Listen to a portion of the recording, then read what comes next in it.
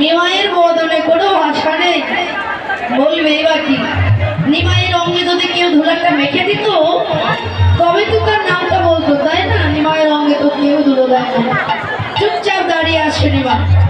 মা মনে মনে ভাবলে আমার নিমাইয়ের সঙ্গে ছিল নিত্যানন্দ, নিত্যানন্দই বলতে পারবে যা জামা নিমাইয়ের অঙ্গে কেমন করে ধুলা দিয়েছে।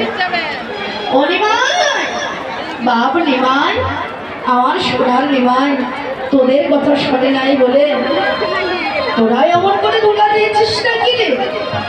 মায়ের কথায় নিত্যানন্দ একেবারে নয়নের জলে কাঁদতে লাগলো। কাঁদবেই না কেন বলুন?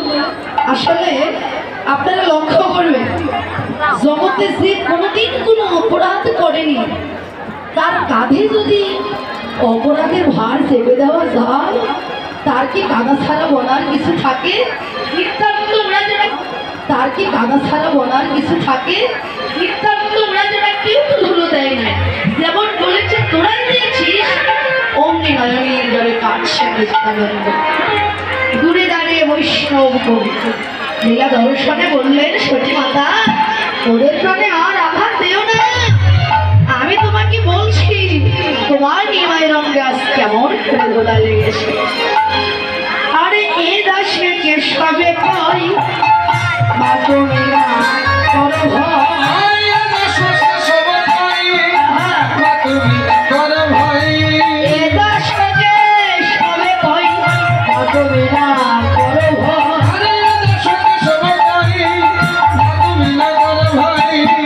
বলে নিতে কে পারে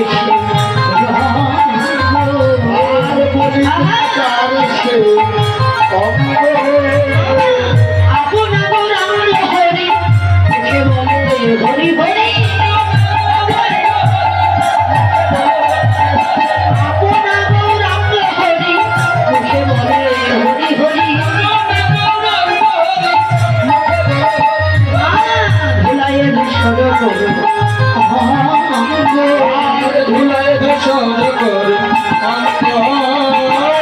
গড়াগড়ি দিয়েছে, গড়াগড়ি দিয়েছে, গড়াগড়ি দিয়েছে, গড়াগড়ি দিয়েছে, সুরধরি গঙ্গার কুলে গড়াগড়ি দিয়েছে, সুরধরি গঙ্গার কুলে গড়াগড়ি দিয়েছে, সুরধরি গঙ্গার কুলে হরি হরি হরি।